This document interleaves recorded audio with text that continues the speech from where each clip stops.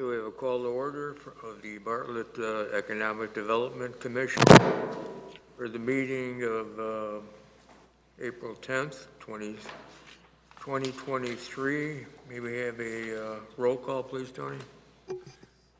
Jerry Cabasco. Here. Kirsten Erickson. Here. Robert Perry, not here. Bruce Suffern. Here. Paul Olson on behalf of the chamber. Here. Adam Lewinsky. Here. Robert Gorski. Here. And new member Mike Densford. Here. Thank you. We have quorum.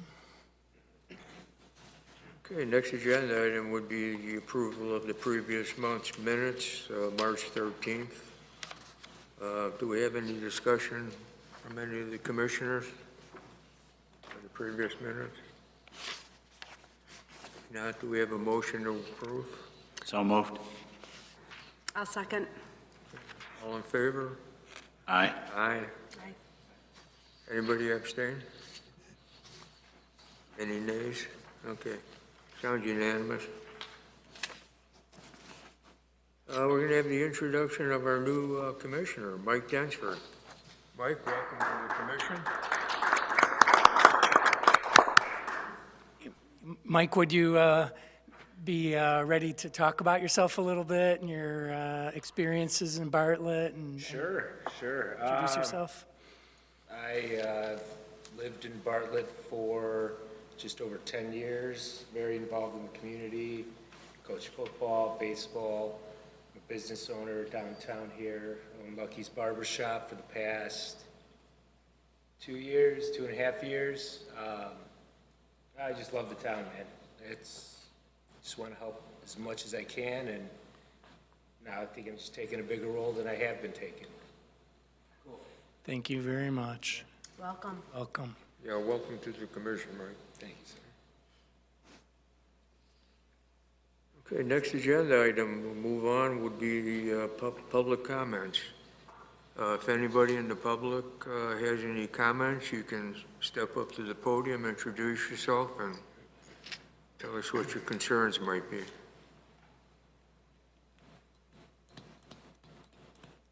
No takers, huh? Okay. And we'll move on to the next agenda item. Yummy Pokey BEDA application. Tony, you want to run us through that? I do.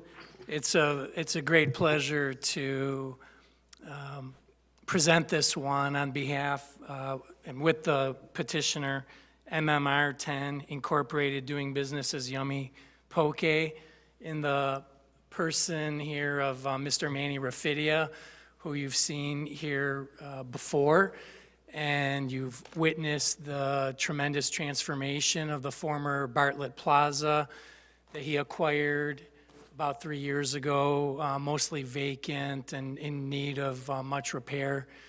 And through a series of former BEDA grants and working closely with staff and doing what he does with his vast network of business associates, was able to bring it to near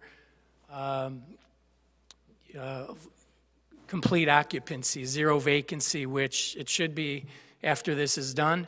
Also, before I get into the particular BEDA application, want to mention how we've talked about at the EDC for many years, the transformation of shopping. We do have a retail store owner, the anchor retail store owner of the downtown on the Economic Development Commission, but what you've seen over the years is less and less retail and more entertainment and services and dining. And you certainly have witnessed this over at Streets of Bartlett, where I'm not going to go through the whole roster of tenants, but he's added a really great Mexican restaurant, and there's a new Indian restaurant in there now. You've seen the long-term tenant, Pasta Mia, here in the past a few months, but you've seen him fill it with health drink place and just lots of new businesses coming in, Hoot Dogs. So you've seen what was a struggling center for quite a few years. We all talked about, those of us who've been around here a long time, and and those on the EDC, bringing it to near complete occupancy. So in terms of Yummy Poke, that type of restaurant does not yet exist in the village. So it would be a very nice complementary use to what's already there. If you have a different taste for different food, you could probably go there every day for a week and a half to 2 weeks and eat something different. So in terms of the BEDA application, the petitioner has submitted details of $167,730 worth of expenditures associated with converting what is another former office space into a modern code-compliant eating and drinking establishment. There were some items on the BEDA application that we had to remove. As you've seen, we've never have added architectural fees or demolition as eligible costs. And inventory, of course, we had to subtract that out. So the BEDA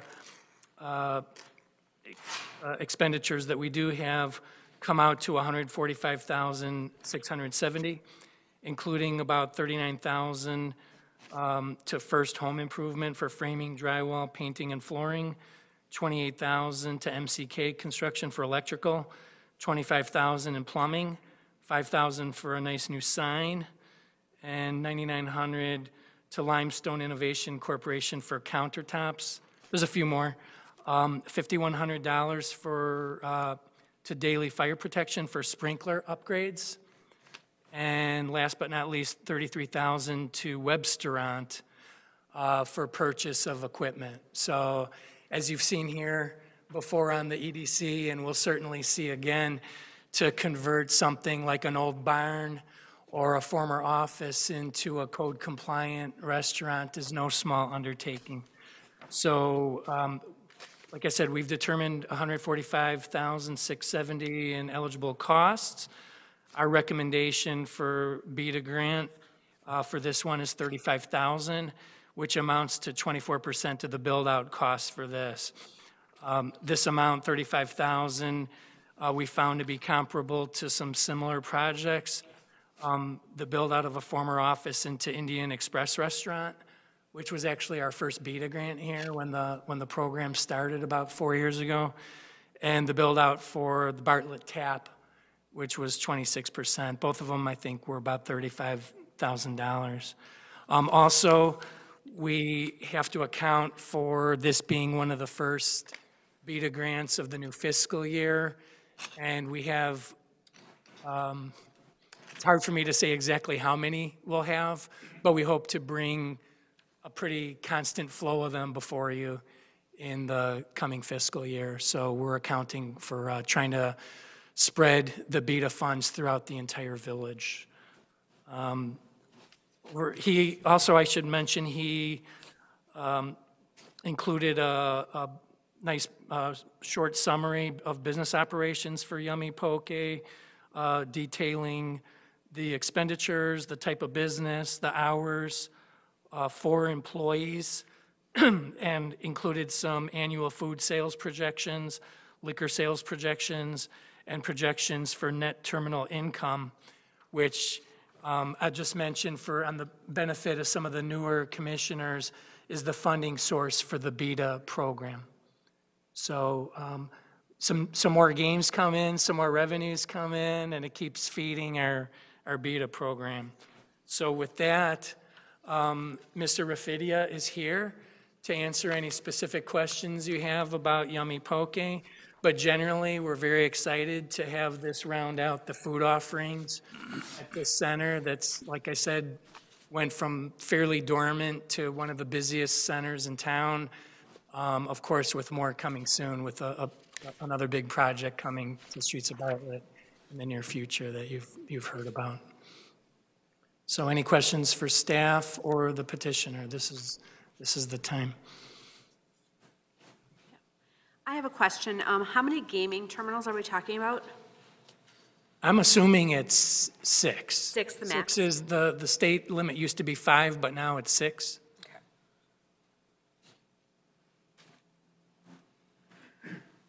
And then the net terminal income of the $200,000, is that on par with somebody else who would have 6 gamings? Is that pretty accurate to where we are with the revenue?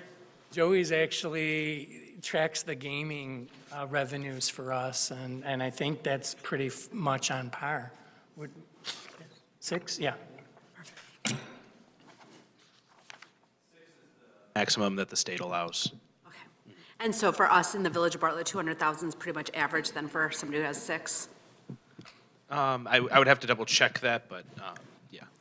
But it seems, I mean, some of the ones that have 6 that generate the most are some of these businesses that only have gaming, like Stella's. right. No, and I want to exclude those. I mean, Yeah. just like of the Yeah, restaurants, but because I'm just some trying of to the get. bigger bars like Bannerman's. Sure. Okay. That's a pretty solid estimate. Yeah, we can double check that too, but yeah. Just because it's been a while since we've seen those numbers, so, They have been growing. I'm sure. The amount that everybody, the business owners, the terminal owners, the state, of course, takes a large portion, and the portion that trickles down to the village has been increasing as well.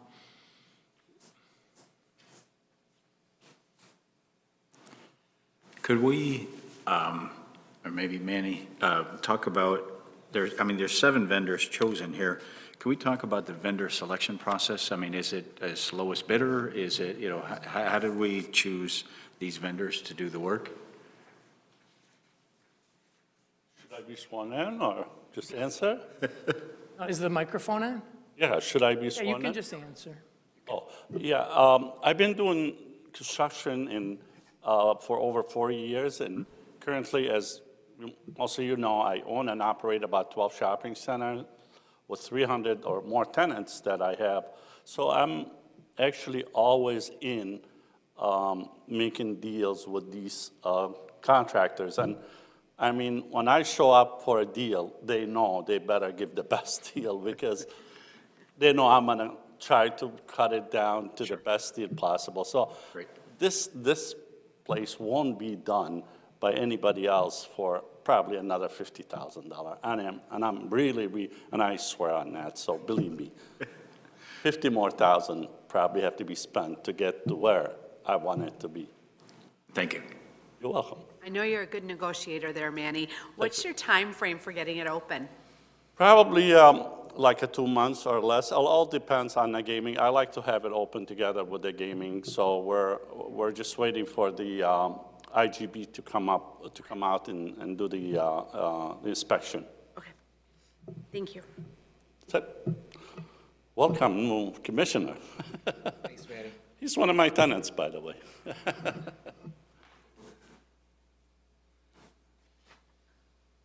Quick story for Manny. Had an Easter gathering with family members and friends yesterday, 3 of which had moved out of Bartlett. Yes. And all they talked about was how nice the shopping center was and all the restaurants and activities in the shopping center. More brewing and everything that's going on in Bartlett. And so, Well, in the shopping center where we had the party, we had 100 family members in that party, just family. So you can imagine, we've done the same thing that we've done here. Basically, we've completely closed shopping center with no tenants to 100% occupancy in Addison. And we did that twice in Addison, in two separate shopping centers. good job. Thank you.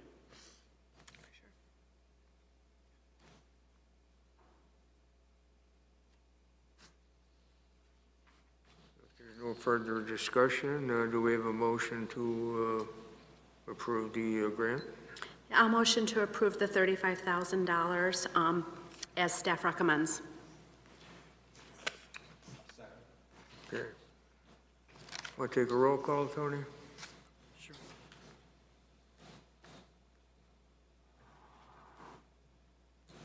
Robert Gorski, Yes. Adam Lewinsky. Bruce Suffern. Paul Olson. Kirsten Erickson, Yes. Jerry Cabasco, Yes. and Mike Densford. Abstain. Abstain. Okay, motion carries. Thank you. Good luck, Manny. Thank you. Thank you very much. You're welcome.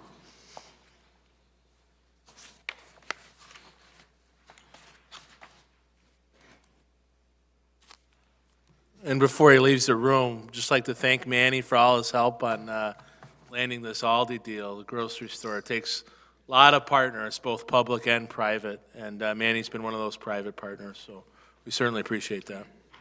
Thank you. Okay, next agenda item, we're going to talk about our branding, the Bartlett branding. We have a couple of representatives here from the agencies going to make presentations. Tony, Do. you wanna Start it out? Yeah, that's the only thing I was going to mention is we narrowed it down to 2 agencies last month. We invited them both to come tonight to give presentations and to answer questions you may have. And the other branding agency is here cooling their heels, waiting their turn. And they're A5 and we're going alphabetically, so you can't really beat them in terms of that. So without further ado, I'm going to turn it over to the gentleman here from A5 Branding. Thank you, Tony. I'm John Harris, principal and co-founder of A5 Branding and Digital. I'm Fletcher Martin, also co-founder. And we appreciate being in the final 2, and hopefully we have the opportunity to work with you in the future. Bartlett has a lot of history, as you all know, and a great sense of community. So from the depot in the 1870s to the incorporation in the 1890s to all of the stuff that's here and downtown, a terrific mix of housing, including residences for seniors. The Little League reputation lives on, the strength of Little League here in Bartlett, and we got the opportunity to take advantage of a walk in Pate Phillip Park recently, which, as you all know, the Park District has a part of. And a sidebar, I haven't played the golf course, but fascinating that the municipality owns the golf course. We actually recently worked with the Northbrook Park District to rename and rebrand a golf course, and the numbers are off the charts. So golf as an asset here from an economic development standpoint and as a community amenity is something that most communities don't have as a municipal-owned golf course. And there's a lot of things that are happening new. I mean, you just talked about the streets of Bartlett. I guess Manny just left, but the transformation of that, having been there before and being there now, has been remarkable. And it's great to see that it's going to be 100% filled, and there's a variety of dining options and entertainment experiences that you can have there. And with more brewing coming in, and of course your 3 industrial parks, lots of things happening here. A lot of growth, a lot of opportunity. It's an exciting time for Bartlett. We are a branding and digital agency. We're based in the city. We do work all over the country and in communities around the Chicago area. Our stock in trade is that we're strategic, so we would work with the village and with y'all to say, hey, here's where we are, here's where we want to go, and how do we get there, and work together to craft and tell that story in a clear, concise, consistent, compelling way with a strong call to action, because you got to ask for the order ultimately. And a big part of what we do on that storytelling is working to create healthy, sustainable communities. It's important when we work with y'all in that we look at these different P words and tell a story of people. The stories of people can be as simple as a restaurant owner or a bowling center or of the diner over here with the choo-choo train. Yes, I know it's not the choo-choo diner, but you know what I mean. And telling those extraordinary stories of the people who have invested their time, their lives into creating businesses and bring people into those businesses. And we'll show you an example of one, some stuff that we've done in Crystal Lake and Mundelein. It's important to tell the story of place and your location and the access and all of the wonderful things that are here, the golf course being one of them, many of the other, the parks, the faith-based community, the schools, all of that is really important. Product, you got to have product. You got to continue to build the product. So having a poke place adds to the product that we can then promote.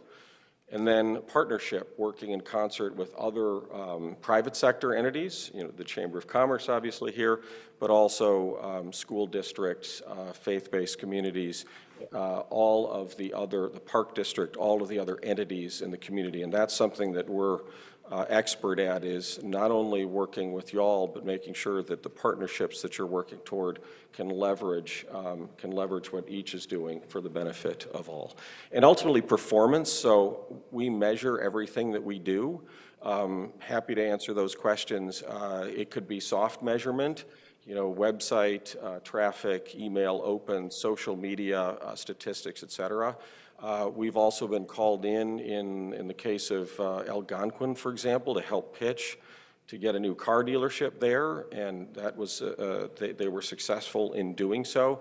So there can be hard metrics. We could show you too our work in Woodstock with Real Woodstock, the numbers and how those numbers increased in terms of home values, in terms of real sales tax and all of those sorts of things. So we could set up the metrics that y'all really would like to see. And ultimately, we want to bring your personality, Bartlett's personality, to life. So that when people think of Bartlett, they know who you are, and they say something back to your point, Bruce, about people who left. Now they're excited and they're talking about more brewing. They're talking about the streets of Bartlett. So we need to capture those stories that they're telling and make sure that they're amplified. Pause. Our work, we work both public sector and private sector. This is important because we're not just working in government alone. We're very much attuned to and work in concert with the private sector as well. So when you're talking about economic development, tourism, community building, it's really important that we have that background, that experience, that expertise, and that perspective. And this is a big part of what we do. Ultimately, there's economic development, there's resident attraction and retention, and there's tourism, bringing more people in, try before you buy, and ultimately that leads to a stronger sense of community identity, and that's a critical piece. If you want to bring people in, you have to have more people who are singing your praises. We're committed to diversity, equity, inclusion. And the triple bottom line there from a sustainability standpoint, economic growth, environmental effectiveness, and social equity. The team, depending on A, if we're hired, and B, when we would start, would be built. You would get Fletch, who's the design director, the creative director, and myself, the two principals, as integral part of the team. You'd see us at every meeting and involved every step of the way, and then we'd build out the team to make sure that you have the people in place who are we do everything to a schedule and on time and on or under budget. And one of the things we really try to do is if we've got a Friday delivery, we try and deliver on Thursday. We try and make sure that you're not wondering where things are. We're always ahead of the game. We're just going to flip through this. Fletch, because in the interest of time, I'm talking a little bit more, but I assure you he does talk more. Some of the work from a brand development standpoint, you can see some of the work that we've done. And it's important to note that we design for you. We don't design for ourselves. So we create something that is special and feels right for Bartlett. Real Woodstock, we worked with the city to develop this brand and campaign, and we started that and ran it for about 6 years through the pandemic. And as we flip through this, you could see that's Ogilvie Station, and you can see more of Ogilvie Station. But it was this whole idea of being real and authentic And so real charming, real hospitality, real Woodstock. The lower right, they have a dual language program in Woodstock, English and Spanish. So real community, real commitment to every child, real Woodstock. And above, real outdoors, real adventure, real Woodstock. So whatever the key story of the time or the season or the year, we were able to capture it through this concept of real Woodstock. And you can see the photography, that's me top right with a different haircut and a dog, but trying to capture the energy and the enthusiasm. So photography and video are really critical. We're not going to show you specific videos tonight in the interest of time, but we have those in your packet for Crystal Lake. We're now doing a video series for the mayor of St. Charles. It's got a very TikTok quality to it. So it's shot on an iPhone with one of the little tiny mics, and we're actually shooting that, I think, this Thursday, and we do that quarterly. And it's been very, very popular because she's been able to tell the St. Charles story using her own personality and doing it to connect with a younger audience that is typical of TikTok. This is a Wolves game. Part of the product, too, we'd work with you all to say, what do we have from an event standpoint? What do we have from an experience standpoint, and how can we enhance it? So we actually booked Jeff Daniels, Jimmy Webb, other performers in the Woodstock Opera House to draw people out to Woodstock. And that was important because then they're shopping, they're dining, and they're spending time in the community. And we'll just flip through this in the interest of time, but we started a comedy festival, which for the record is real easy to do, and it can be family friendly, so you can do clean comedy as well if you want to do that. And the venues, we could do this all over Bartlett. We could do this in stores, we could do this in bars and restaurants, we could do this at the golf course, and it would make Bartlett stand up and stand out. These were different events that we worked on to help develop. And then the results, again, we can come back to this, but the soft measurements and then even, the EAV and the sales tax revenue numbers, we tracked that all the way through. Made for You Mundelein is a little bit in Spanish. It's 90% in English, but there's a nod to the Spanish-speaking population, the Hispanic population in Mundelein, which is a significant portion of the population. And it's the idea of a place where things are made and relationships are made and memories are made and all of that. And it's been successful over the last couple of years. You can see the website and Squarespace. And these social media posts, we're pointing them out because this is organic results. And again, y'all, your Village of Bartlett social media, Facebook particularly, is pretty darn good, especially when we benchmark it against other communities. But these numbers, it's hard to see there, but reached 26,000 people. That was all organic reach and about 4,000 engagements. And the one on the right reached 14,000 people, which with about 1,600 engagements. We actually do those photographs. So we go into Mundelein roughly once a month. We hit 3 or 4 businesses. We interview them. We do a short story. We put it on the website, and we put it out on social media. So we've got something going up every week in Mundelein. And it's all around that idea of a maker, made in Mundelein, made for you.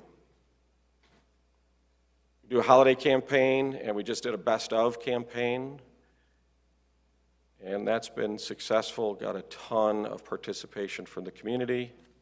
And as we flip through this, Grays Lake Village Center, that's really rolling out here in May and June. They have green space and your traditional Main Street downtown, and we're marketing as a village center. So not just a downtown, not just a green space, it's coming together, it's one place where you can center yourself or find your center.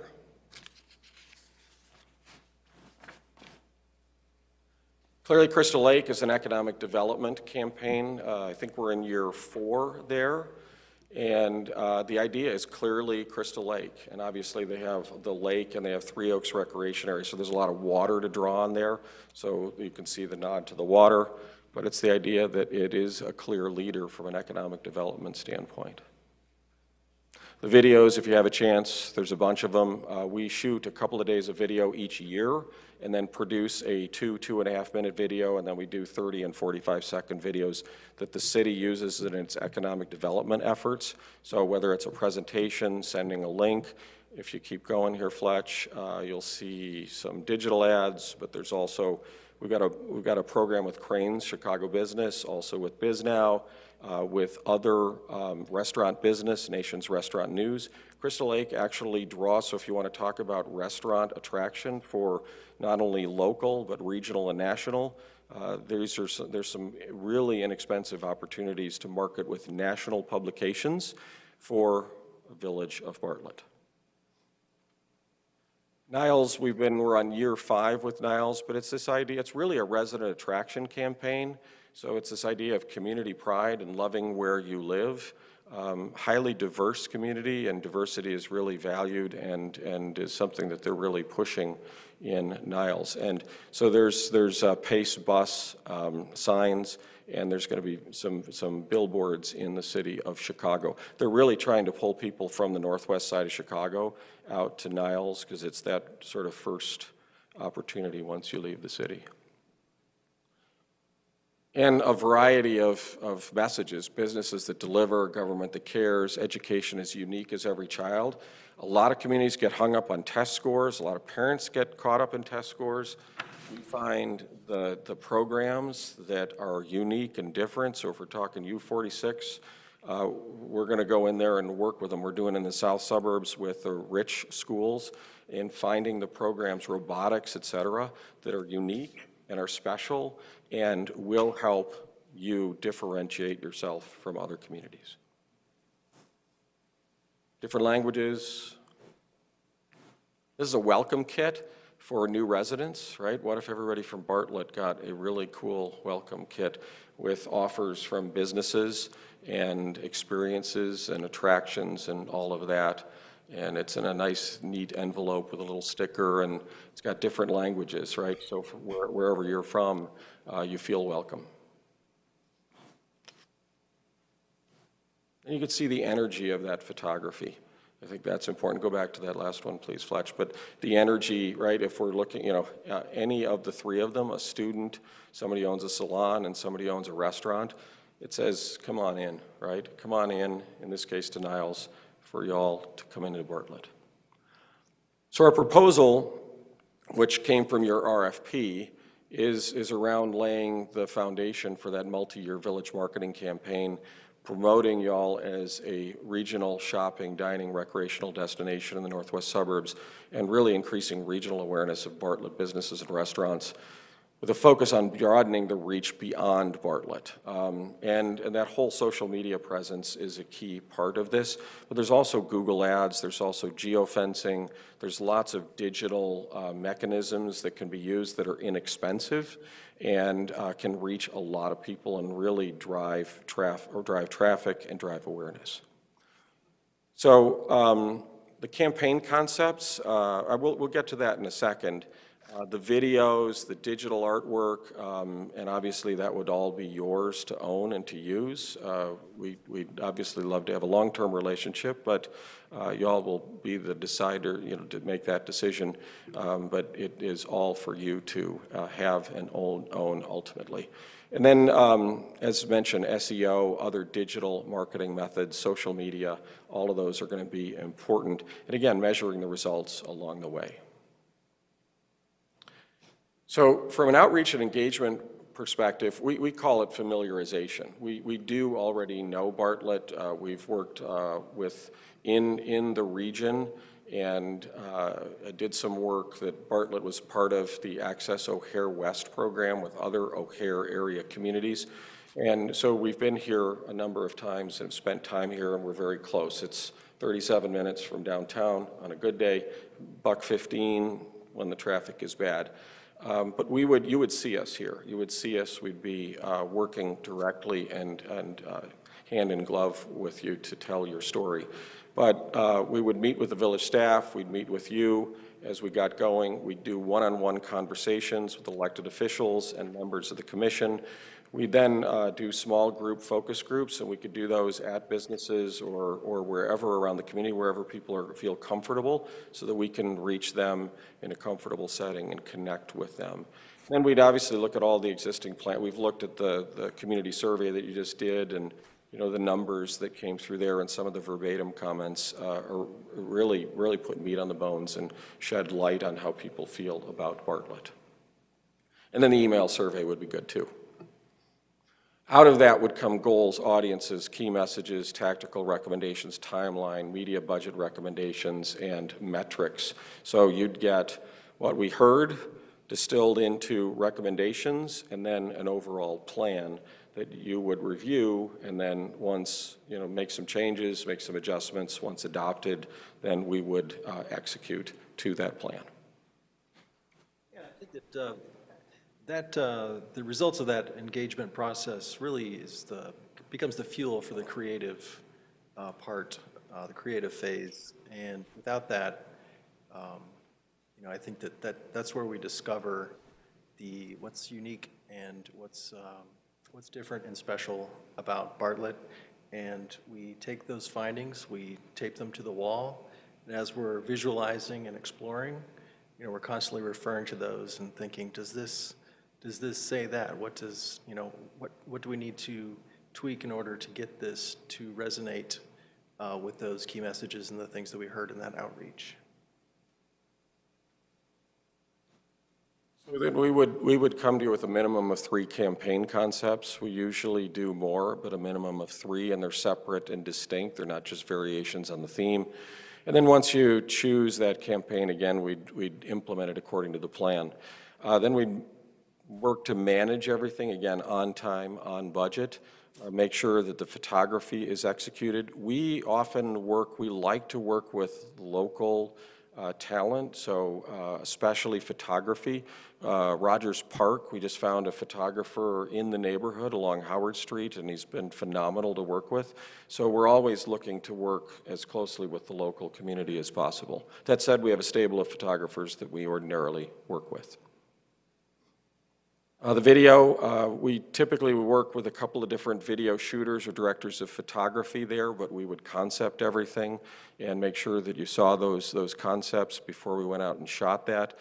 You'll see again that when we shoot, if we do 1 day or 2 days of shooting, we're going to be thinking ahead to what we can use and package and distribute, disseminate, and connect with people over the coming year or years. So we love to get a lot of B-roll to make sure that we've got a lot of footage that can be used and repackaged and repurposed in a new and different way. Yeah, there's your shot list, the things that you intend to capture, and then there's all the things that seem to happen, on the side that, like, quick, let's go over here. This is happening. That I think that those sort of impromptu conversations or happenings, I think, add extra magic to those videos. Social media, again, you're doing well on Facebook. For Mundelein, we actually started their Instagram page. I mentioned TikTok and what we're doing in St. Charles. And then LinkedIn, particularly from an economic development standpoint, a huge opportunity to grow your audience and deepen your connection with your audience and really drive some awareness and traffic. And then all of the, the marketing tools that you'll need too, an email template, trade show banners, those types of things, a rack card, a poster, all of the things that will help bring the campaign to life. Because digital is critical today, but it's also about that human experience and that human connection. So we make sure that we're not all digital, we're also not all print. We have to make sure that we're reaching people in the way that they want and need to receive the information so that we can actually get them to do what it is that we would like them to do. You can see the pricing there, and so we've got on the low side and then the not to exceed. There's a little bit of room in there because of the different items and ultimate scope and deliverables. So happy to work with y'all to tighten that budget up if we're the firm of choice. And from a From a project plan or schedule perspective, week one, we would do the kickoff meeting.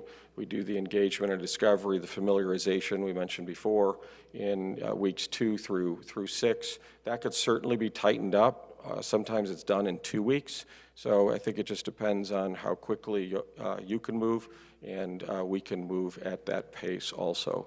So we're used to moving quickly and are happy to do so. Campaign development, photography and video, and then the other assets that would need to be developed, including all of the different marketing tools. So it's about a 16-week process. Again, it can be condensed to 12. Sometimes, depending on meeting schedules, right? If we're meeting once a month or something, it can be extended as well. But we build the ultimate project plan to your schedule. And at the end of the day, we'd love to work with you here in Village of Bartlett. We're familiar with the community. We've spent time here. We're local, and we're a firm that's big enough with 10 people, adding 2 more people. You're going to get the principals involved every step of the way here. And you've got a great foundation. So from schools to the business community, highly rated public safety, again, the numbers that came through with the most recent resident survey that you did, and your downtown and the things that are going on here in the core and also on the edges of the community. Clearly, it would help if the signage and the community, the access points, the entry, access and egress, right, when you're moving through town, it would be better to know when you're in Bartlett and also to navigate in Bartlett. So that's one thing that we would want to look at with you long term is the signage and making sure that people know. We actually, it's awfully expensive, so, but water towers, I think, ultimately, if that's ever in the budget, repainting water towers and using that as a beacon to attract people can really be something interesting. So what we'd like to do is work with you to capture the energy, the enthusiasm, the momentum that you have here in Bartlett and help you tell that story to attract more residents, to increase economic development, to bring more visitors into the community and build a stronger sense of community here in the Village of Bartlett. So, with that, questions? I have a question. How did you guys work with the other agency on Woodstock? I noticed you guys both have Woodstock in your... Yeah, and obviously they're in the other room. We did not work directly with McDaniels, so we started and developed the campaign. Then Councilman Mike Turner, now mayor, really created that idea, and we started and worked with a small team there, public and private sector residents and elected officials, and developed that campaign and ran it for, I think, 6 years. And then staffing people, the pandemic, and then staffing and people changed. And McDaniels picked it up, and I mean, they could speak to the projects that they did, but they did a nice job, and they've got a good relationship in McHenry County, as we do, right? So they do a lot of work in McHenry County. We also do a lot of work in McHenry County.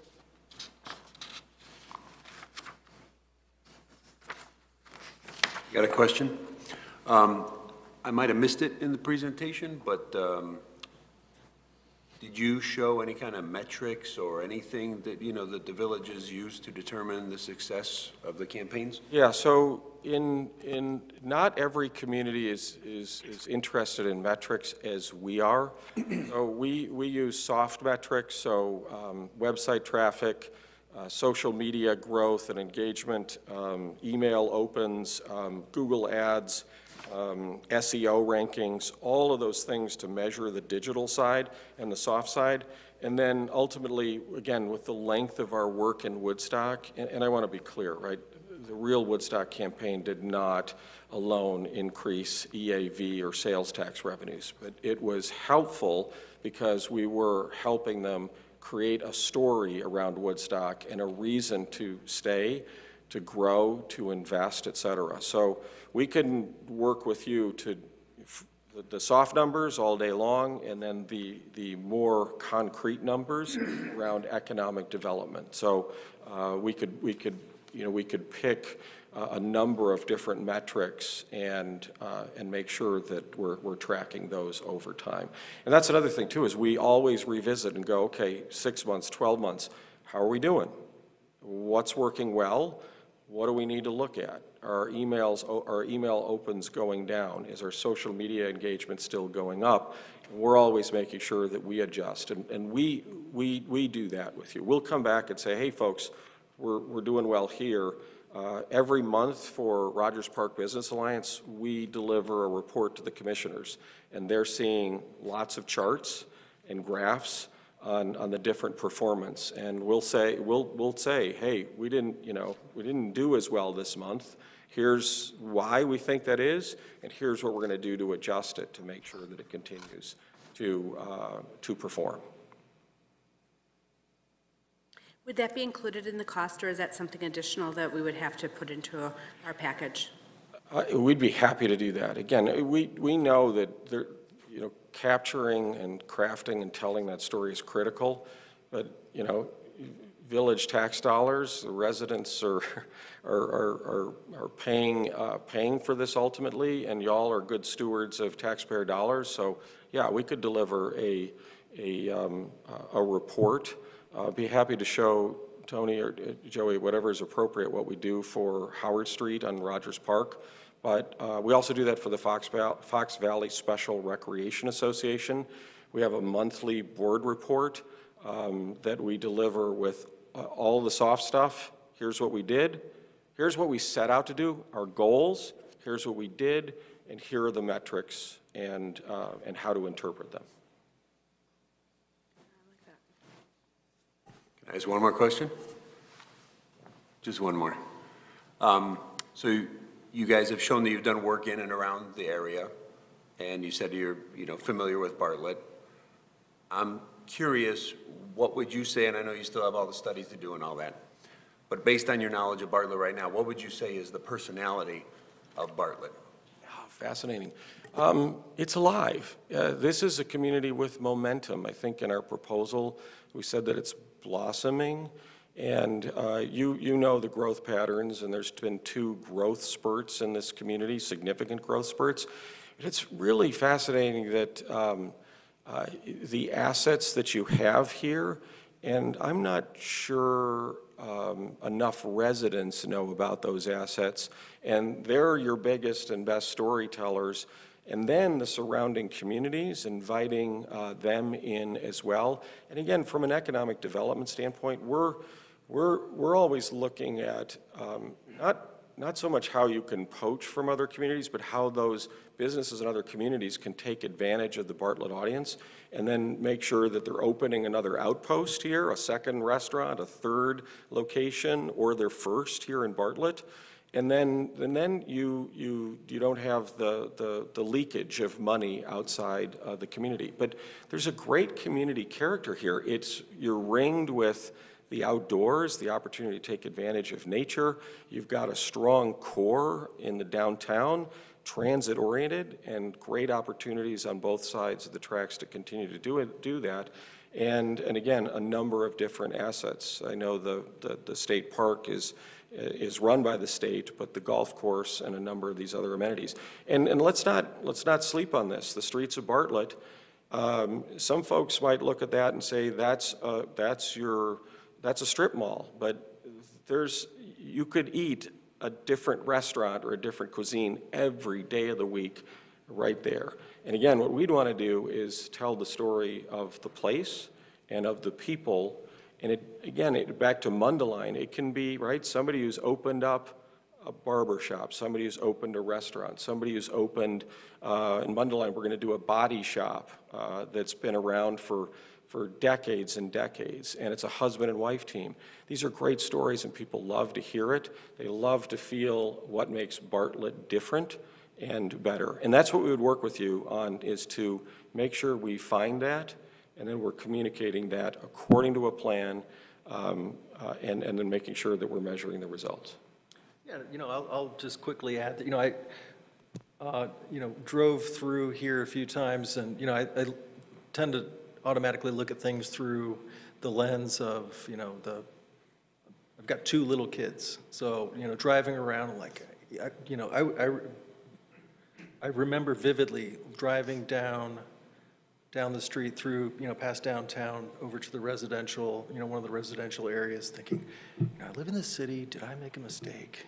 So turning into that residential area, the street is wide. There were 3 kids unattended, just, scooting down. It's like, I can't do that in the city. It was, so I think that there's something that's very, it feels very, it feels safe. It feels also real. I just got back from Florida and, visited my uncle in this completely, sterile community that looked like it just came out of a box. This doesn't have that. This has got there's character, there's personality, there's, real people, and there's, that's a magnet. You could walk around and find lots of things to do, whether you're by yourself or with your kids. So there's a lot here, and I also think that there's, I think before, coming out here recently, my perception of Bartlett had been that, it's maybe a little less like this, maybe more exurban, wider plots, less density. But it's a really nice, it's a nice balance of people and place, and it just has a really great feeling driving around. You have a question? So I'm one of the trustees in the village. I love hearing about telling the stories because that's what I do when I try to draw my friends to come in, is pick out the things that I feel like are special about Bartlett. That being said, what does your firm do to do like external placement or the PR to get these stories not just within our village limits, but where are you placing it, or what work do you do in that area? Yeah, we actually buy a lot of media. I mean, I could use Crystal Lake as an example, but working with a fixed media budget, we work directly with the economic development team there to figure out, okay, where do we have to be just to be where everybody else is? But then on top of that, where do we want to be where nobody else is, right? And where we want to blaze a trail and want to be leaders and get ahead of the game. So we identify who it is that you want to attract, and then we'll come back with a media plan that says, hey, based on what you want to achieve, based on the budget, here's the plan that we recommend. And we never come with one plan. We always come with options to fit the budget. So, and Cranes has been very, very successful for Crystal Lake, because they write the article, it's sponsored content, but it doesn't appear that way. People, when they're reading it in Cranes, they're thinking that Cranes' editorial department has said good things about Crystal Lake. So that's an example. That said, we do a lot of free media work too. We've got a client going on WGN Daytime Chicago Friday morning. We're regularly on the news, whether it's radio or TV or digital or podcasts, et cetera. One of our most recent contracts is with the state of Illinois. And I know video gaming terminals and casinos, it's all, we are a sports betting state and society, but our campaign with the state of Illinois is around helping people with gambling or betting issues. So nobody's saying gambling and betting is bad. It creates a lot of revenue. It's an experience that many want to partake in. But if you have a problem, then go to 1-800-GAMBLER. And as part of that, we're buying north of $1 million in media. So we're very well versed and familiar with all kinds of media. We could tell you what a billboard costs out near O'Hare. We could tell you what a billboard costs out on 25 or on 31, as an example. Yeah, I think also, from, that initial outreach and engagement part, where we really uncover what's unique about Bartlett, for instance, that provides, the opportunity to see, well, this is what's resonating Bartlett, where should that, what media entity would be interested in that? What audience? How do we get to that particular audience? Where is that? So, I think that research part really informs not only the creative, but, that whole. And from a media buying perspective, most of our municipal budgets are in the $50,000, it could be $25,000, $50,000, $100,000. So we work within the parameters that we're given. Great presentation, great observations. You really got my interest when you got my interest a lot. But when you mentioned signage, my wife and I have had a business park for 40 years. And so for many of those years, when we would say to people, we're in downtown Bartlett, they would say, where is Bartlett? Mm-hmm. And a lot of people really don't know where Bartlett is. Right. And a lot of people who live in Bartlett don't know about Pate. Right. Where the golf course is. We all do. Right. We all assume everybody does. So your critique includes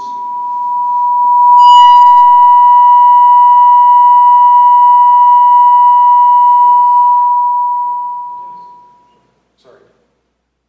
so your study includes those kinds of critical observations in your recommendations. Yes, as part of the listening and that familiarization, we'd be meeting with you, again, whether individually or as a group, and we'd be asking questions and probing for detail. I guess I left out of my bio, I'm a former Forbes reporter. So I was a reporter when being a reporter meant something, and facts and all of that, and checking facts really was critical to the story. But in doing, in being a reporter, we're used to asking questions of people and then probing for detail and probing for examples and pulling out stories. It's a really important part of what we do. How do we take the ordinary and tell that extraordinary story?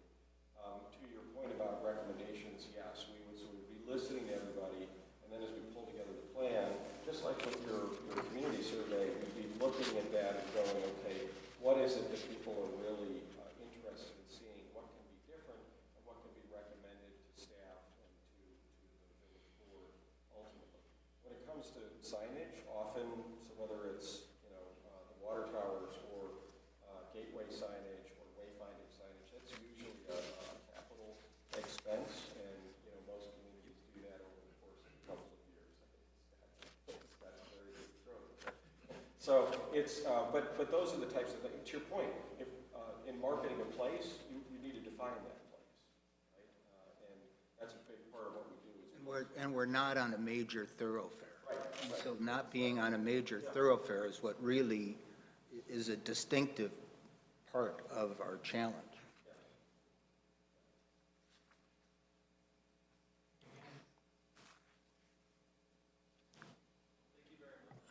Thank you. Thank you. Yeah, thank you for the opportunity. Appreciate it. Thanks, John and Good Fletch. information, thank you. Yeah, good. Nice presentation. For your Thank you for being here presentation. tonight.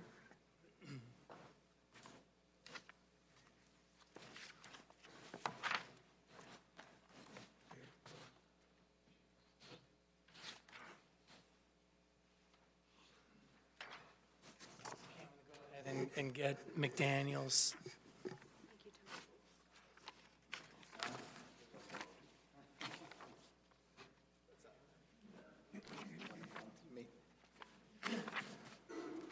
thought they were good. Yeah.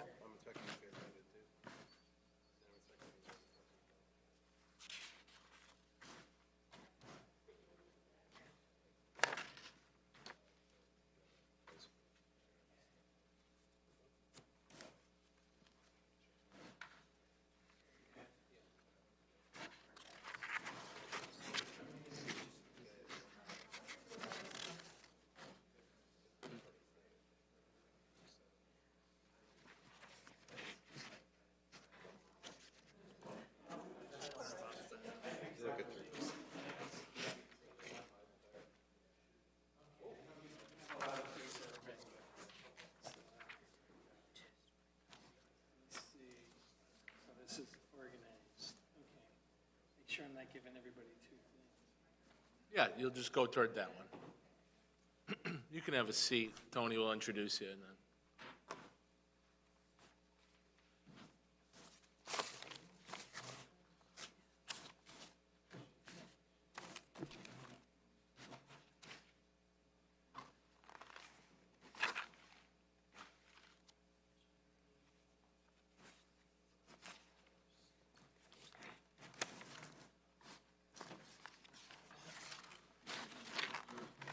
It never gets old, does it, Tal Paul?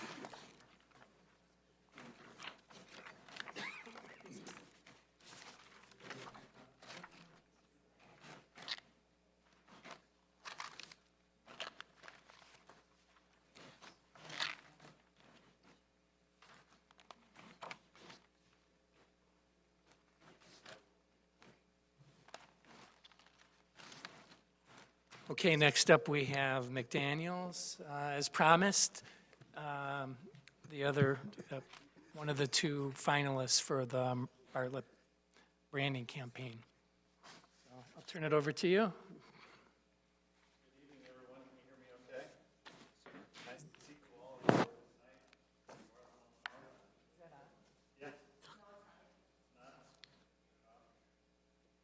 Is that better? A little better, okay. I need to shrink down a little bit. So, my name's Randy McDaniels. I'm president of McDaniels Marketing. We're located in Pekin, Illinois, which is by Peoria. So about 2 to 3 hours south of here, as you guys know. Good overnight market to attract people to Chicagoland. We have offices in other cities such as Rockford, South Haven, Michigan, Milwaukee, Quad Cities, and Springfield. And we're really, really excited about being here today to be able to talk to you about what we could potentially do for your great village and achieve your goals. You know, based on some of my review of Bartlett, it seems like your population is kind of flatlined in the last 10 years, and I can see why you want to go after an aggressive branding effort and a marketing effort to continue to build on this wonderful community that you have. We've done business in this market for a long time, so I've seen the suburbs change over a number of decades, and this is one of them that has really flourished over that time. History, great lifestyle, ability to grow. I think you're well positioned for growth, but you're not necessarily well branded. I think that's why we're all here, right? So McDaniels Marketing, when it comes to tourism, economic development, new residential growth, we're specialists in that area. We work in about 5 states. One of the pieces that we handed out was our resume, that orange piece there. So as you look through that, you'll have a better idea of even more of our case studies and the work that we do. We attend multiple conferences. We're members of Destinations International as well.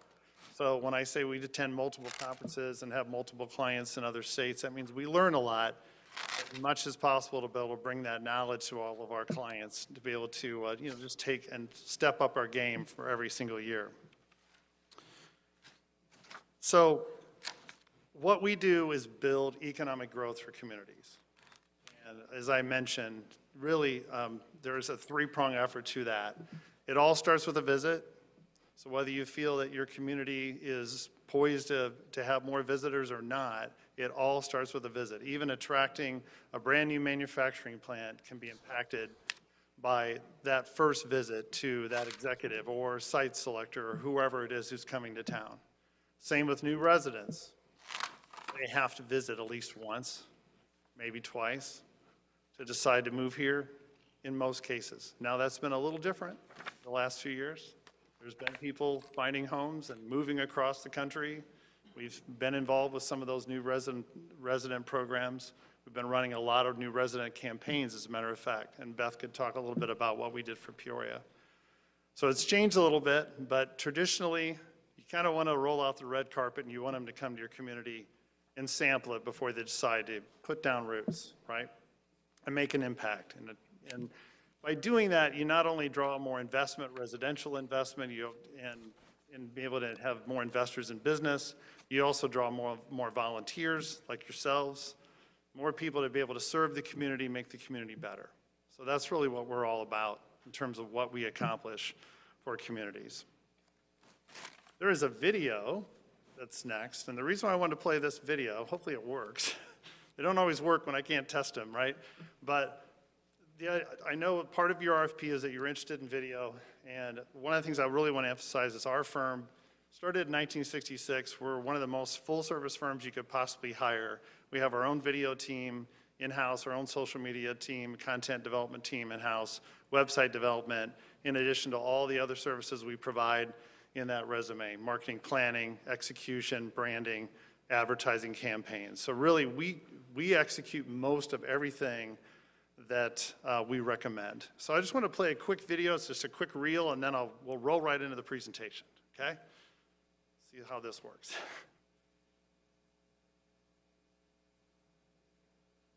Might have to click on the middle of it.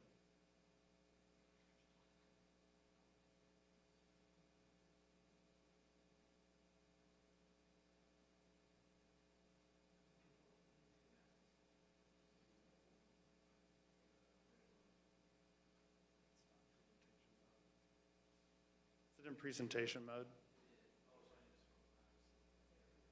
There you go. That's all right.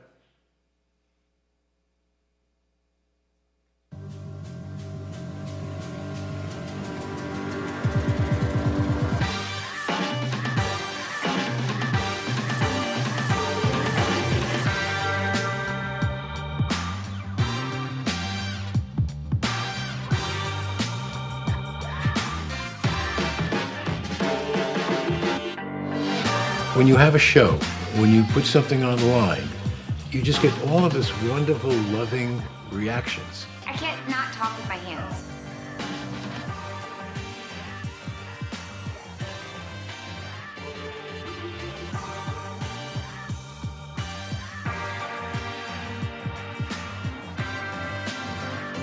By the way, Randy and Beth with McDaniels Marketing, just awesome. You guys are awesome. I love everything about what you guys are doing. I believe it's remarkably uncommon. Is that right? Thank you for your patience. Okay, if you want to go to the next slide, appreciate it. Okay. So as I mentioned, we work with a lot of different communities, large and small, urban, rural. Those are a few of them there. You might recognize McHenry County. And we also work with quite a few other clients. I'm going to introduce Beth Geyer, our vice president, and she's going to talk a little bit about some of her experience in some of the accounts she works with while we have that up on the slide. Beth?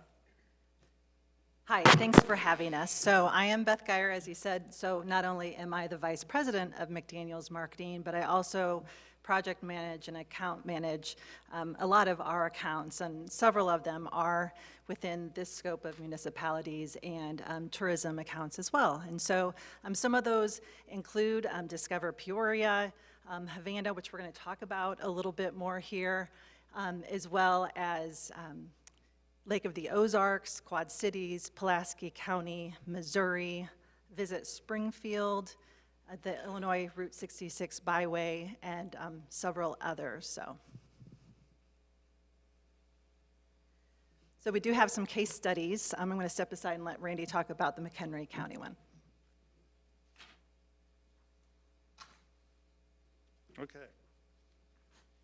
So something that I wanted to share with you that we really are excited about is that we've probably rebranded about 5 communities in the last 2.5 years. Some of those are on the prior slide that I had up. So McHenry County, of course, your neighbor, they were looking for a new brand. We had worked with the Convention and Visitors Bureau since 2014, and what we did is they came to us and said, we need to redefine who we are, but not just at the CVB level. They also want to do the same for the county government as well as the Economic Development Corporation. So they wanted to really reinvent who they are and how they're perceived to be. So they decided to go natural. So we researched and developed the new brand name for their organization called Naturally McHenry County. Before that, they were Visit McHenry County. And we were able to develop a brand that all 3 entities were able to utilize. So the county government operation matches, the Economic Development Corporation matches, as well as the CVB. So we're able to capture a brand that had both an urban feel as well as a wide open spaces, country feel, and that's actually their tagline, wonderful places, wide open spaces. And I think that captures really what McHenry County is all about, and I'm sure you guys, many of you are familiar with it. So we have a few pieces we're going to hand out so you can kind of look at some of our actual work. It's nice to be able to touch it and feel it. And I want to just touch on a couple case studies, and then we're going to roll on and be able to answer your questions about our specific proposal for Bartlett.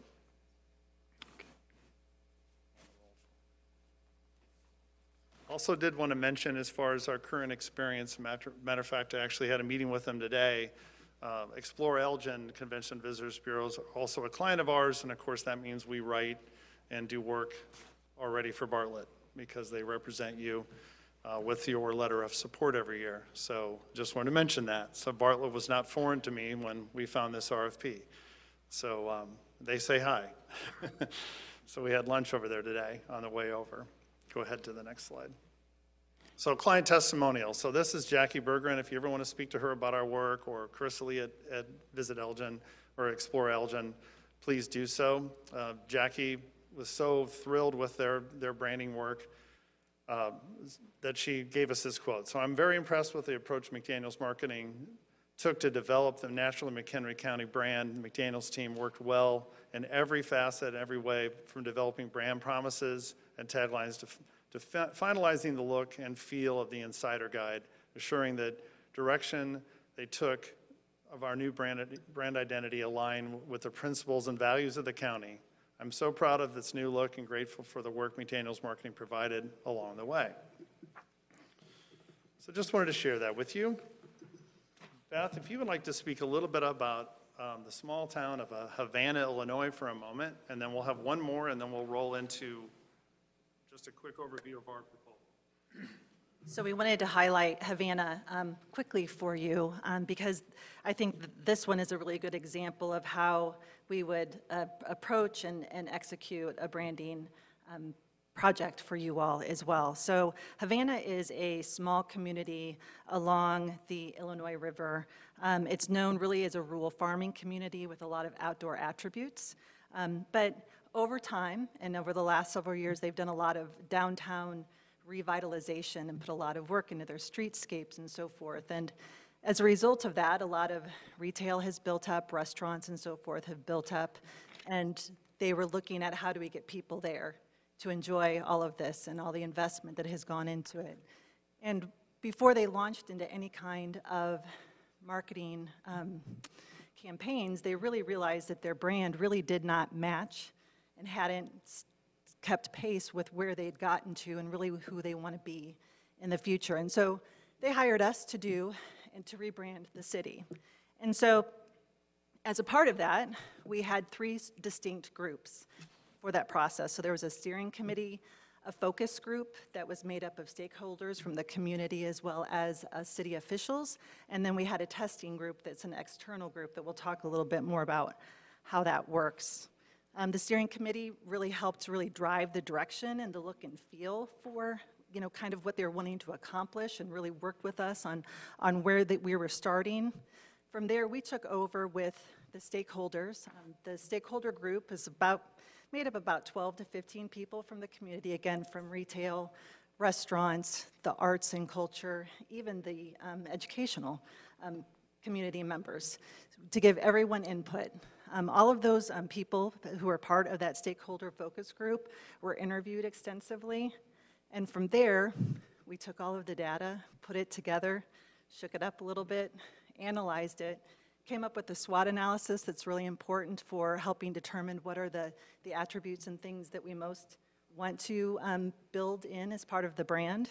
And from there, with all the research and so forth complete, then we move into design and all those sorts of things, including the brand promise, which is actually the writing, the brand promise and so forth is actually done before we even go into the design phase. So research is really important first and design second. And so then this is what we came up with. This was the final result.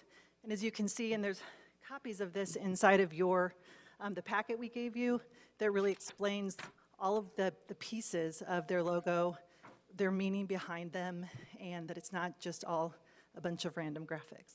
So. She mentioned about, research driving the effort. So we actually develop taglines or slogans, if you will, for communities based on the brand promise that we write. So we're very research and writing driven, and then design thereafter. So a brand promise is really what you promise to both your residents, your visitors, your business investors, that you're going to provide for them as their experience when people come to Bartlett, for example.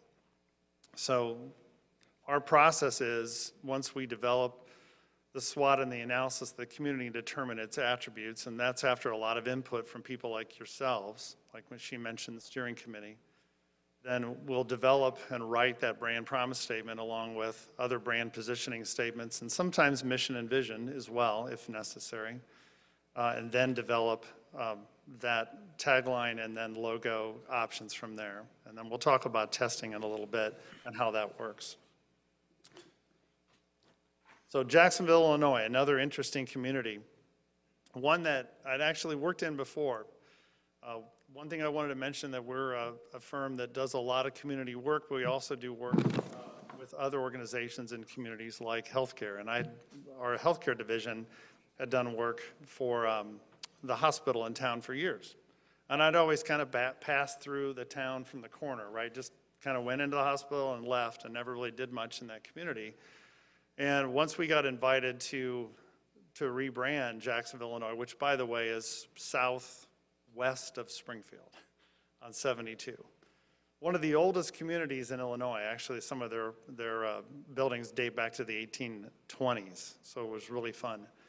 But by the time we got finished rebranding this community, I was so in love by the last video shoot we did. We're not finished editing videos for them. We're in the middle of a content marketing development project that I pretty much didn't want to leave.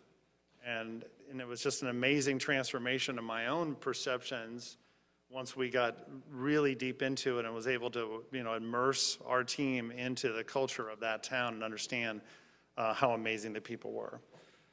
So, without going into a lot of detail, you'll see a stack of 5 logos there. And this is one of the most proud accomplishments we've ever done. So we got the city, the CVB, Main Street, economic development, and chamber to all agree on a single brand. And they all have their own colors. You see that. Black is the common color.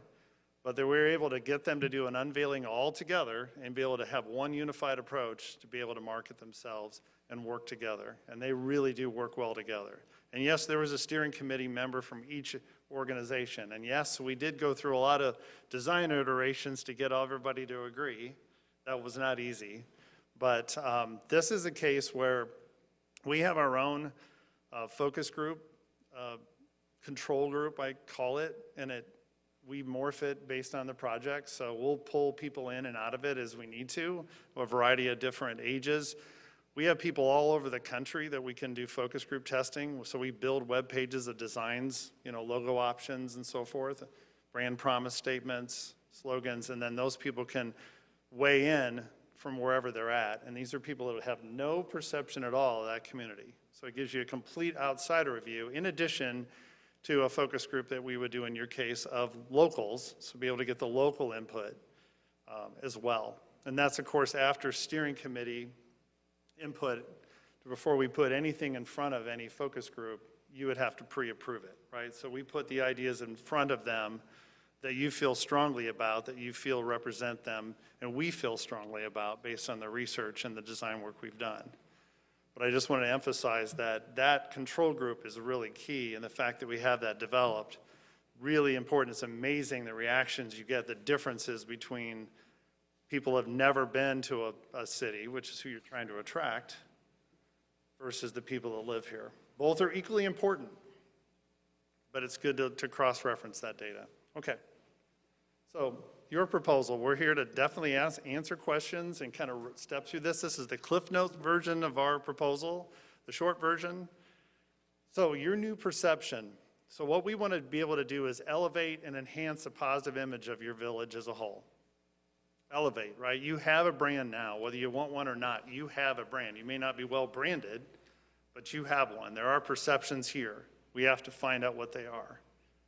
So that brand messaging will market you locally, and then we can market as far out as you want to go.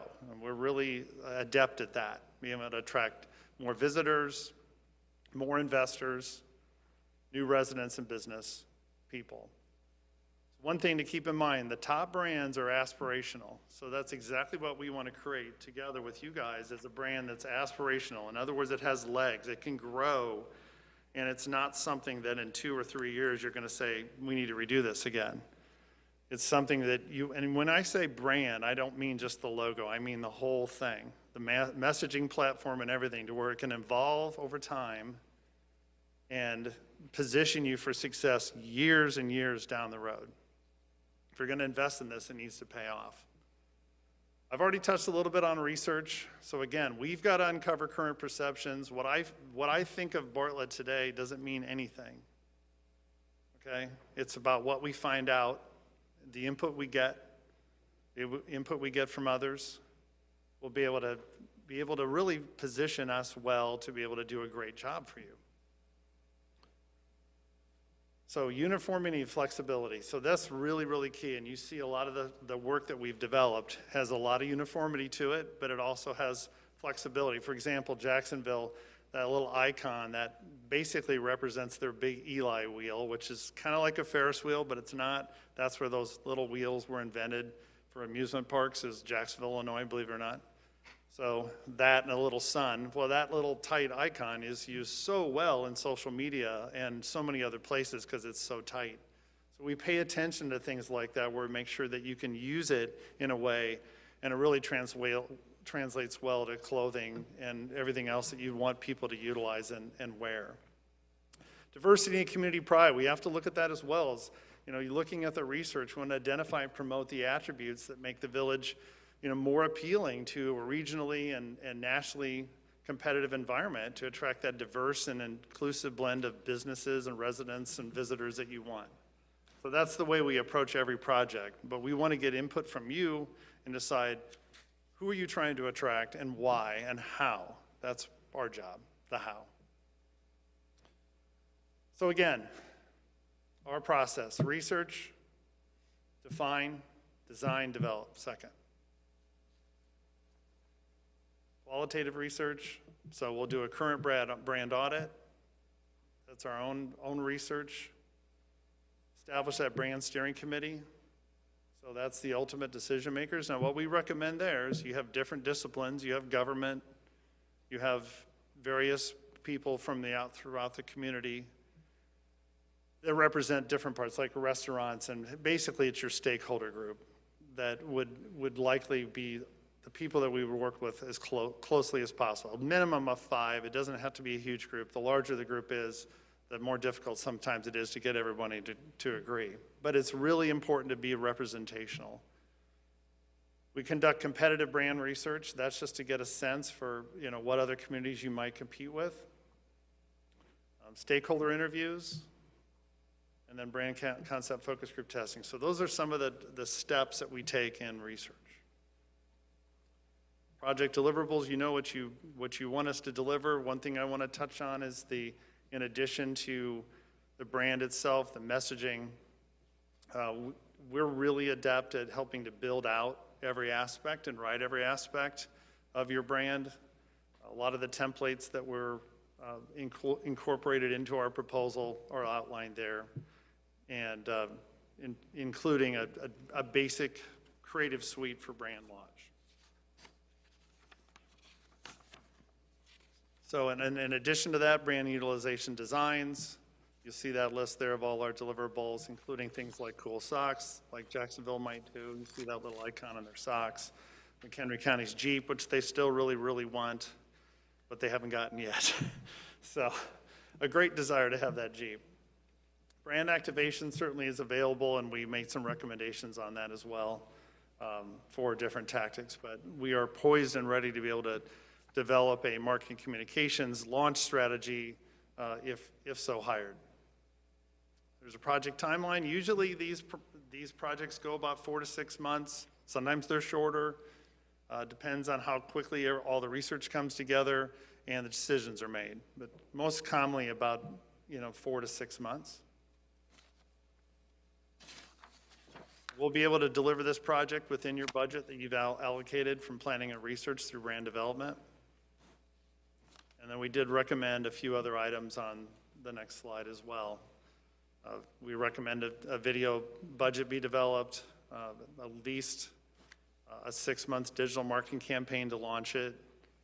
Some photography would be a good idea, and obviously, we can talk about website integration and display exhibits and all that. There's a lot of different deliverables we can roll out thereafter. But did want to make some recommendations from some additional budgeting for some of those deliverables. And I am available, and so is Beth, to answer questions. So I don't know if that was 20 minutes, but it was close. So. I'll go ahead and start with, just looking at your pricing proposal and with these additional services that are on here. Let's say all of this stuff was included. Is there a not to exceed number? Well, there certainly could be. Okay. Based on our knowledge, at least the step 1 was 20. So that's kind of how we broke down our. Sure. Yeah, to be able to develop that. But it includes a lot of design templates, including into that brand guidelines document. Right. So one thing we could send you examples certainly, but our brand guidelines are really, really thorough. So for example, at Jacksonville, they had a sample print ad design, they had a sample digital ad design, and we have the whole foundation for the brand built out.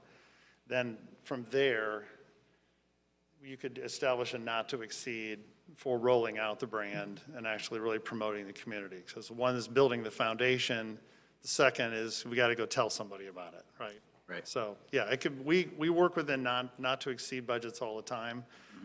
Working with as many 501c6 convention of visitors bureaus and cities we work with. We're on hard and fixed budgets. She does budget audits all the time. We have to, there is no asking for extra money. You stay within it, you deliver the deliverables, and if there's a change, you talk about the next fiscal year.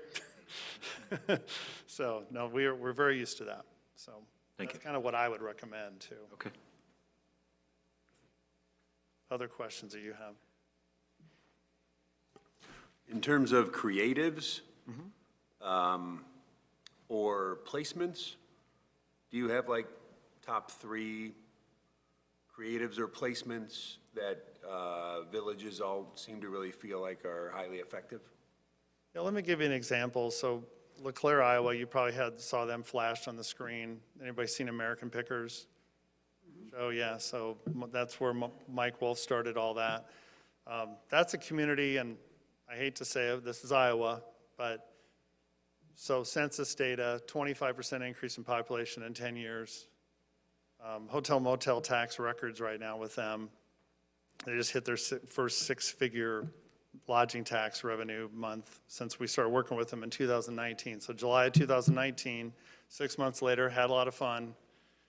Then we've been picking back up steam ever since. That was interesting. We actually started with a lot of accounts in mid-2019. Very, very interesting the last 2.5 years to see it turn around. LeClaire uses, in their core strategy, is Google search, display, Facebook, Instagram. Those are core. Everything else is built around that. If there's anything extra that we'll add to it. But if they can't do that well, in addition to a really strong website, they're not going to be successful. Those are the most efficient channels that we use. But then on top of that, there are other aspects that we can pull in. So TikTok videos, if you want to go there. So we'll see how long that lasts. And then certainly we do print and outdoor and other media is available. But digital is always the core. That's what is the most highly measurable. We use a transparent model in all the digital campaigns we run for clients. That means you'll see our fee, you'll see your click budget or what goes to Google or Facebook or whatever. We don't mark anything up. It's completely transparent. You'll always know what you're paying. We're always going to chase the cost per click down as low as we can go. We're super accountable for that reason, so that's how we run those. Thanks for asking that. It's important. Would there be any reporting that would be coming back to us? So like, could we get monthly reports, bi-monthly reports, kind of showing the progress of those clicks and how deep things are going? Yeah, yeah, absolutely. So we do monthly reports. We're in the middle of reporting right now. We were looking at reports today. And we'll do trend reports. So some clients want just a monthly report. Some clients might want 3-month as well. So they always get monthly, but they can get trending reports. And for example, like we measure for example, Leclerc's digital against the prior year, same quarter. So. And would that be an additional cost? That's just built into a digital campaign budget, yeah. What I recommended for that budget, that would include our management time and that, and creating ads and whatnot, so. Chicago Southland's another area we work with, that large CVB down in that region, part of Will, part of Cook. You guys are a part of different counties here. They require a lot of extra reporting because they have, Cook County money. They've got ARP funds right now. They're investing, trying to rebuild COVID response, and all that. And we're in the middle of that with them. But so any reports you really want, we're used to providing them. And there's a live link and there's a PDF always attached. So the live link is neat because you can click on it and see your response at any given day. So if you're in the middle of a meeting and just want to pull up your digital stats, you can go in there and change the dates and see all the dates and the trend data come right up. So it's really nice to be able to have access to that and whenever you want. Thank you, Kristen. So any initial assessments of what Bartlett's strengths and weaknesses are? Certainly, like I said, my own perception today, isn't all that matters, but it's still important for us to look at that. And the nice thing about our perspective is that we're far enough away to feel that all of this that you have here is totally awesome because we're visitors every time we come up here, but we're close enough to service you well. My perception of, Bartlett right now is really great living, well-positioned.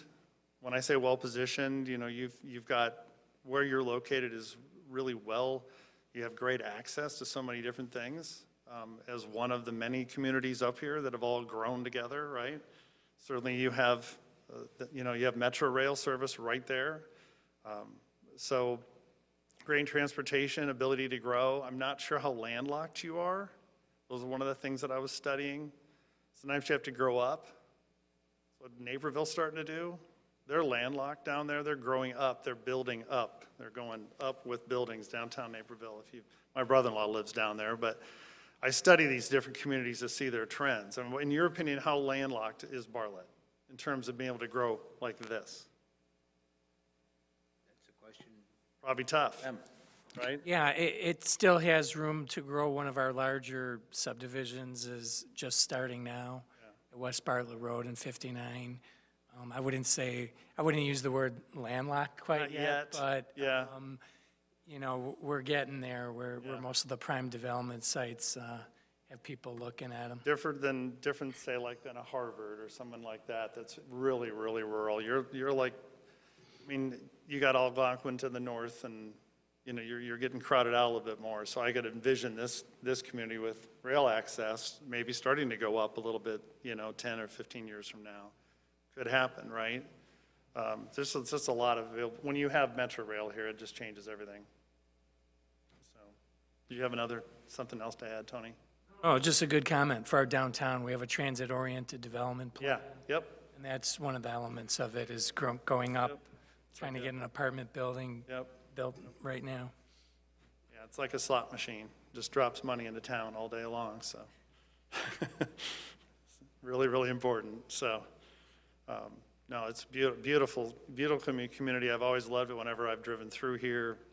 Again, we've done business up here for so long. I've seen the metamorphosis and how things have changed. I have the perspective of where it's come, but we also know that some of the areas have started to flatline a little bit. Some of the areas are still picking up people. They're stealing people in a lot of cases.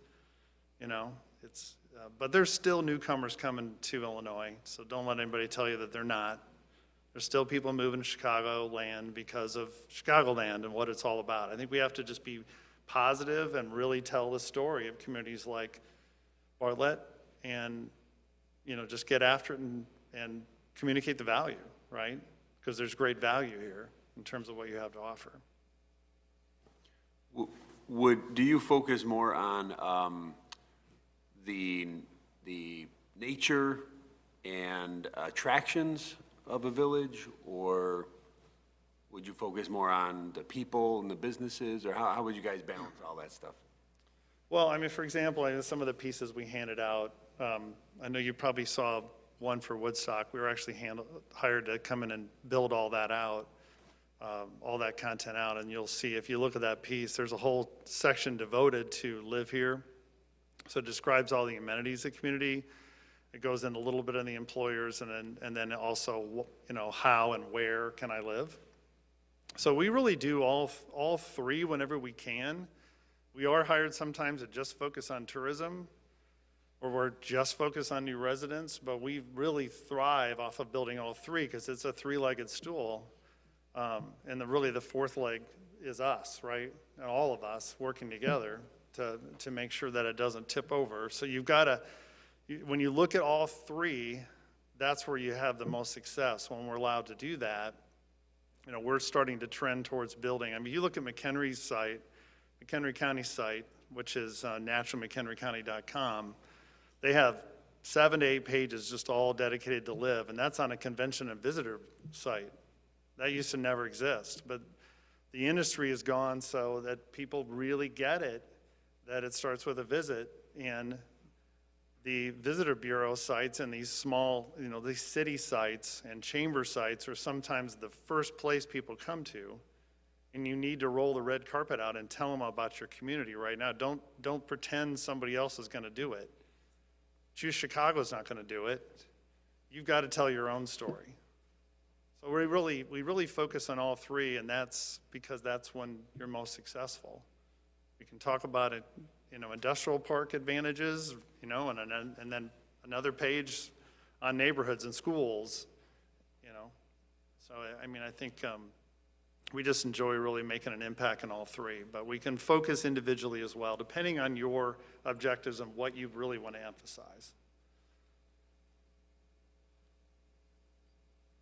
Any other questions? This is so much fun to talk about this. I can talk about this stuff all night, but anyone else? Stephanie, do you have something? Yeah. In regards to creating all these stories, how do you work with like outside placement or like getting blogs placed so it's not just like within our community? Beth, you want to answer that? Some of the PR and some of the advertising. So there's a number of ways to go about that, but it really does come down to, reaching out to resources, outside the community. Obviously, advertising helps with that, but also public relations. So, and that could, comes a lot from a brand launch and that sort of thing as well. So you reach out to local media as well as using newswires and so forth. We've actually had a lot of success with that. What's really great about the newswires and releasing and getting attention that way is you get all the backlinking back to sites and so forth, which actually helps to drive a lot of traffic to sites and to your community as well, and get a lot of attention. And we did this for Peoria actually, for a campaign, a talent retention campaign that we did for them, and it was really interesting. Did the newswire launch, and the reactions from people all over the country to that. They actually had somebody reach out who said I believe they were in Spokane, Washington, in Washington State somewhere at least. And they reached out actually to the CVB in Peoria, Discover Peoria, and asked for information. And they came for a visit. So you can really get your message out really effectively that way. Did that answer your question? Okay.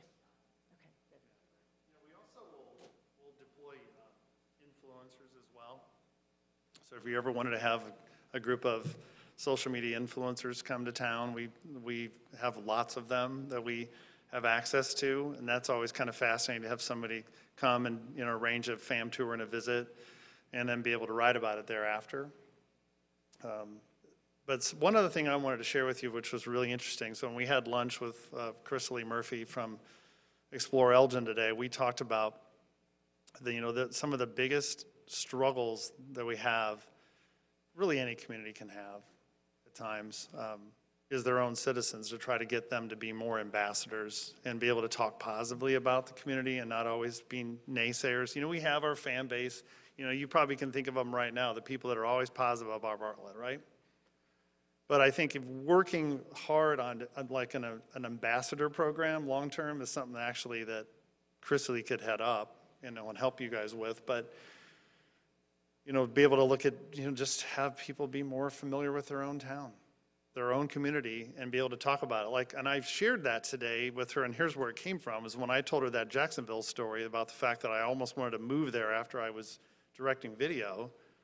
It's like just a testament to it, is that once you really get immersed with the best there is in town, and the people that are really the champions of it, the chefs and all the individuals that make all the magic happen, that's when you really fall in love. So what if you could have every community member do that instead of staying home on their phones every night or watching Netflix all the time? Because that's a big problem with the pandemic. A lot of people just go home from work, or they never even leave their house. So how do they know that Bartlett's a great place to be and tell other people about it? You guys know. You're serving, right? But not the average citizen. So that's another thing. We can incorporate those kind of ideas too. Those are long-term big impact ideas. Be able to work on getting more ambassadors from your own city, village, as it were, to be able to tell your story too. So there can be outside influencers. There's also can be influencers inside. Those are even more important. So just wanted to share that. It was something we worked on today and came up with that.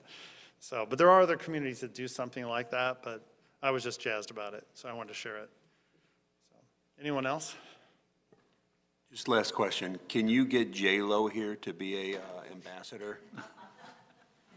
Thank you very much. Yeah, she's moving. Okay. She said she's moving if J-Lo comes. You have a dance floor, J-Lo, maybe. Yeah. No, I would love to promise that. Oh my gosh. Camp out for that. So, anybody else have questions that we can answer? Good. Well, thank you very much for your presentation. Appreciate it. Thank you. It was really a pleasure to be here. It was fun. So, got some good Chinese, good sushi down the street too earlier. So, thank you. Yeah, right after Easter, like I needed to eat more. Right? So, thank you. We'll wait till they politely leave and then talk about them in just a minute. Thank you.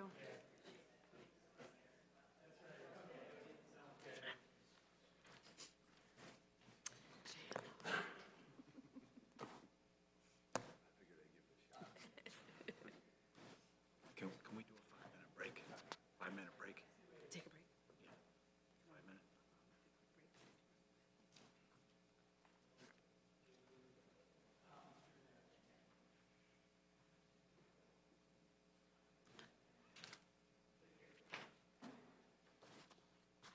Let's relax and take a break for 5 minutes, and then we'll resume.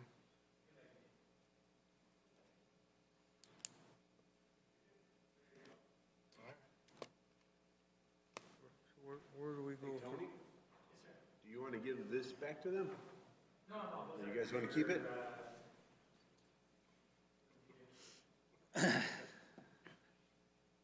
Oh, you were doing so good until J-Lo came. Hey, man, you know I Man. gotta take my shot. Great questions, I mean, man. Then J-Lo. Okay. Yeah, I know. Pop the bubble. Should it have been somebody else? Well. I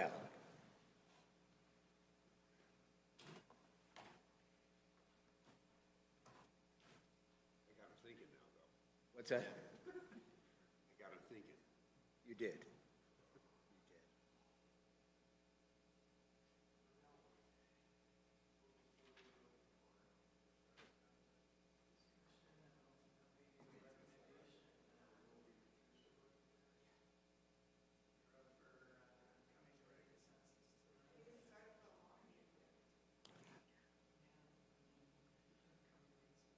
ready for bed. My voice is like.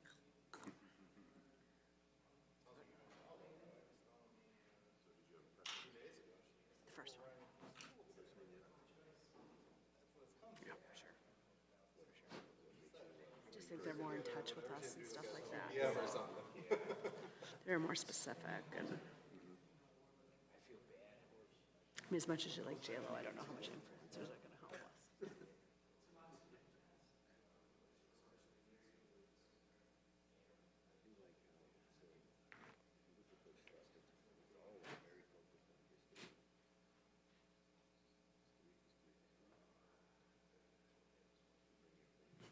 Yeah, I mean, that's definitely something we have.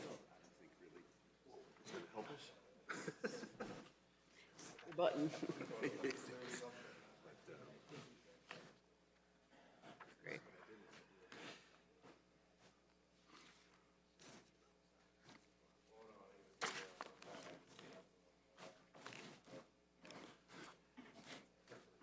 so the discussion is, do we feel comfortable making recommendations?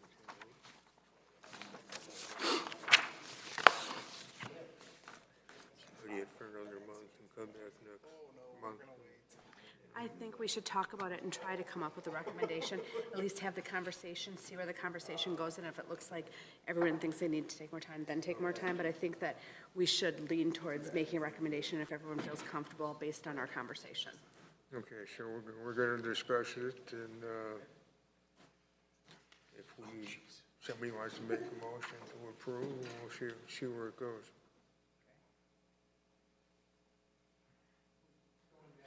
Back on the record here, Yes. convening. Yep. Okay. Okay, we're gonna resume our discussion now on the presentations we just heard. Do you have any comments? I'll start. So the second group, looking at all of their sample materials, seems like almost every one of these focuses very, very heavily on the history of the city or the village. I don't know that that's really a benefit for bringing people to Bartlett. I mean, history's great, right? I'm not saying ignore it, but I think it'd be cool if there was a way to represent some of the more modern vibe of Bartlett.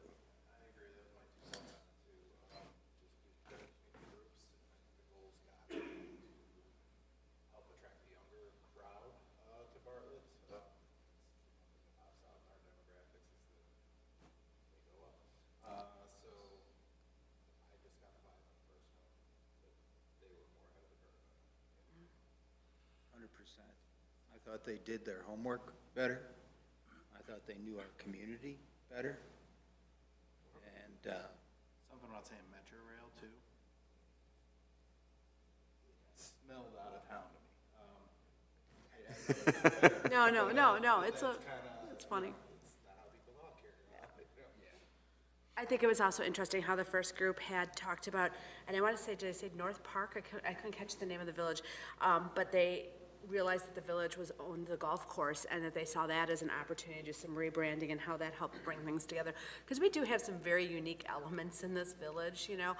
We've got two golf courses, one by the village, one by the park district, you know. So there's a lot of uniqueness there that needs to be really addressed and brought if you're going to try to package and make everything this nice cohesive thing. They both said reporting, you know, which is great because I think that that's going to be really important to have that type of reporting, that we're able to see it. And I think that's also something that can give us momentum and legs and speak to it. I liked how the first group also acknowledged how well our web is and how our Facebook pages are received already, because I think everyone would say, you know, the police department posts something and everyone's like liking it all over the place. They're very cleverly done. So I like how they respected what we already kind of have in place, and, you know, kind of gives me a feeling that they don't feel like everything has to be reinvented, but some, you know, obviously there's tweaks here and there to make everything have that cohesiveness without trashing everything, so. They seem to be more locally oriented. That too. It's a benefit or not?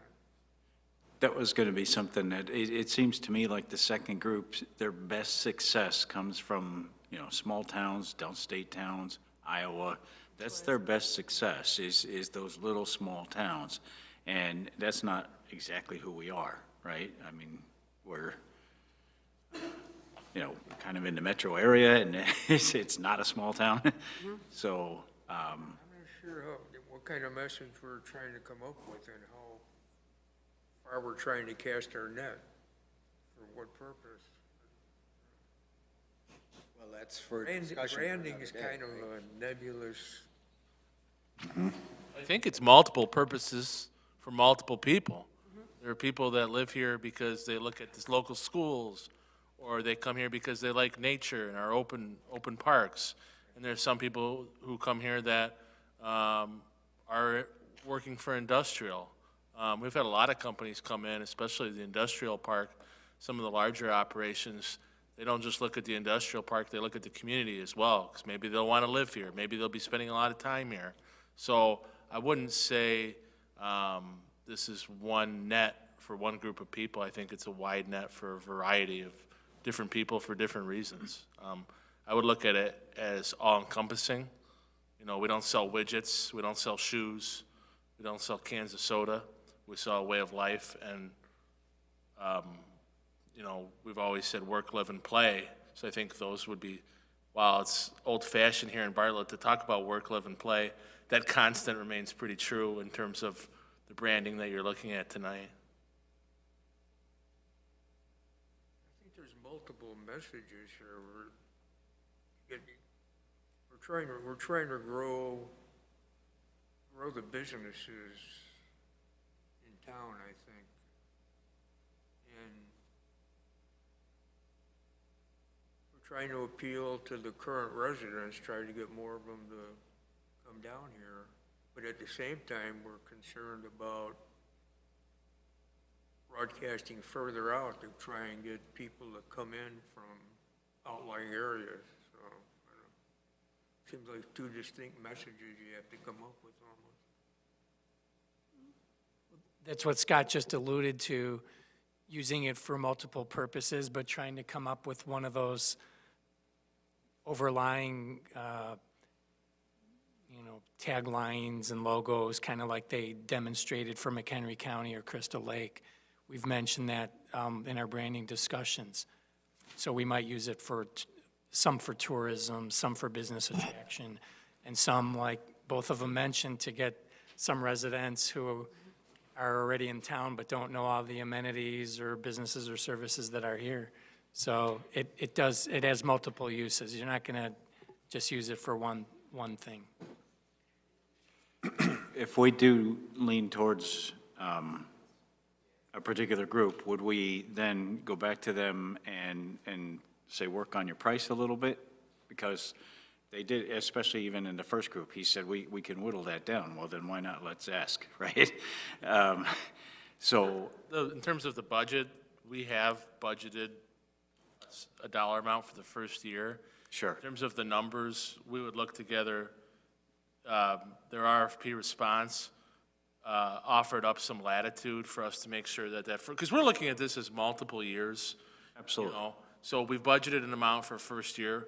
What I think our recommendation would be to spend that money in the first year and evaluate the trajectory of what's going on with the consultant that you choose to hire, and then the board ultimately approves.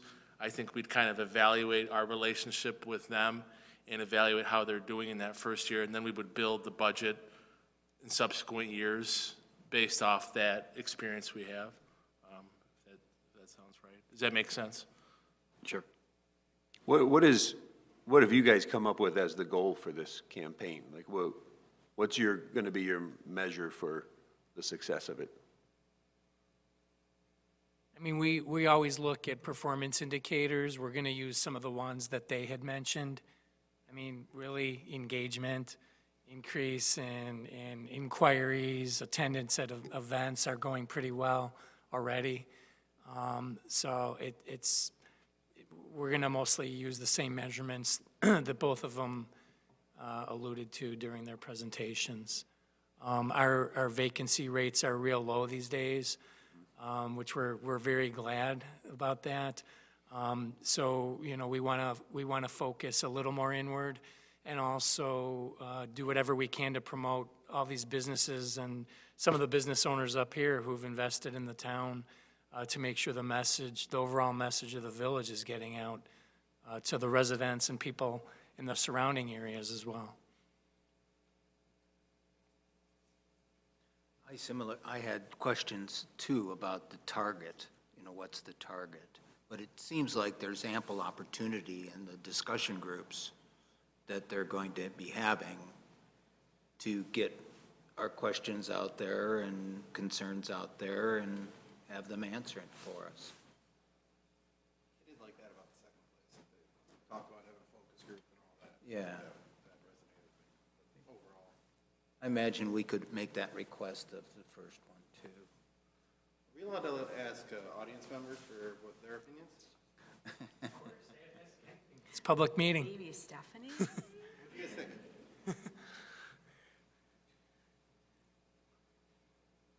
So, particular What's your question opinion? as well. So, you know, coming in today, I thought on paper I liked what I saw in McDaniel's, but this is why I like to interview people in person, because I thought what A5 said is exactly how I would handle doing a branding campaign. And to me, it's more than just the brand. It's like how they're going to utilize that information. That's why I asked about like placement, like where are we putting this to get Bartlett, the visual of Bartlett elsewhere. So I thought they had a more comprehensive approach in regards to, I feel like by inviting people here today, we kind of accepted that the pricing was in line with what we were looking for. And as you said, like it's in our budget. So overall, I felt like A5 really embodied what we were trying to do with the branding campaign, like beyond a brand, right? Like how are we talking about Bartlett? How are we getting people here, our residents, to talk about Bartlett? And then how are we putting it out there? And I really was happy with how they talked about like online campaigns and, you know, getting more people, like if you're searching, that Bartlett's coming up. And I see the value in, like, even with economic development, even though we're getting fuller, there's opportunities for when people switch or people leave town or redevelopment, that we have a solid brand to promote when we go to different shows or just when someone's calling in. And I think it's measuring that, the engagement, not only from like what we're posting, but the engagement of people who are calling in and asking about Bartlett, developers, whoever, business people, people visiting, you know, or anything online, not just calling in, but any kind of like touch that they would have with us. And I think that's the kind of things we would measure. And I guess I like how I felt like with A5 that they were really going to have their process of working with all of us and gathering the information. I thought even the consultative approach of signage, like they're looking at the village as a whole, like what are some other things that we can be doing to bolster this brand? I thought that spoke to me. So yeah, overall I felt like A5 was a good choice. So I agree. And I thought all of you asked wonderful questions. So it was fun to be here tonight. Thank you.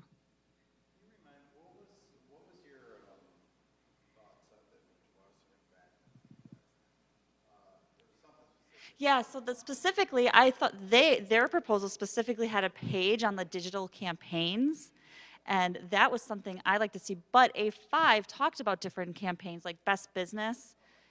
So they brought that. I didn't see that in their proposal the first time around, where McDaniel's had campaigns.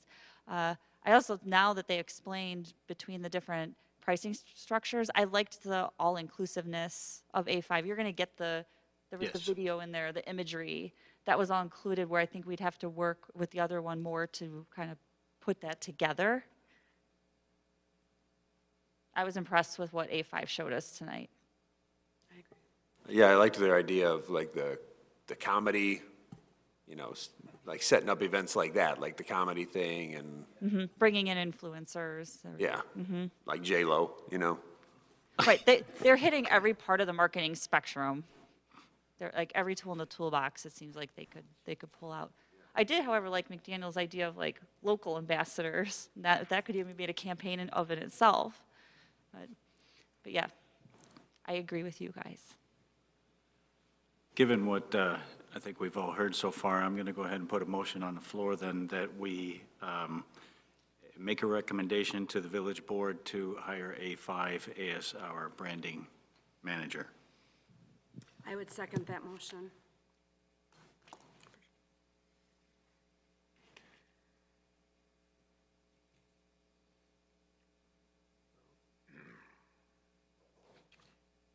Roll call. What are you gonna do now, take a All vote? right, Mike Densford. Going for a roll call vote. On A5? On A5. Okay. Kirsten Erickson. Yes. We're voting on A5 then, the acceptance of A5. Okay. Well, to recommend to the board, because it's the village board that's going to actually do the hiring, so. Right, there was a motion and a second.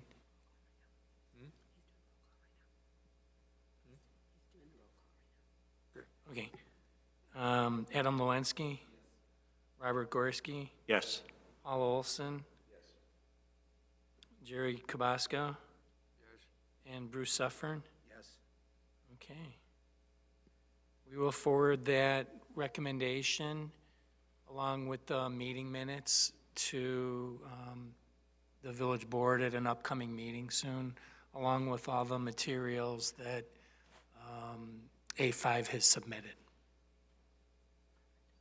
Well, thank you. Thank you for listening to both of those tonight so diligently and asking all those questions. It's exciting. It is. Okay, we can move on to the next agenda item then, new business. I have no additional new business to report tonight. Be happy to give a longer report on some new business next month, but the only one I wanted to mention is there was a nice ribbon cutting last week for Atlas Chicken. They've been open for a little while over on Army Trail Road in the Galleria, and it's nice to see that south end of town to be included in our branding as well, because there wasn't a lot there just a few years ago, and now there's a Culver's down there and a couple nice restaurants, and of course the strip Bartlett Square on the south end of the street there. So just wanted to mention that we have another restaurant in the fold, and as well as obviously you heard a couple hours ago about a poke restaurant coming soon as well.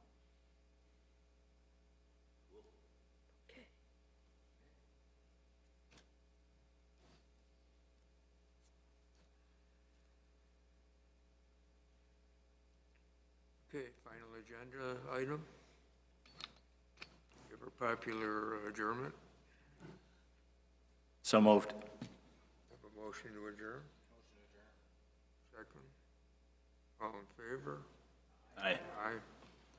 Motion Yeah. carries. No, fine. Thank you. Perfect. Thanks for being here, Stephanie. Yeah, thanks a lot, Stephanie.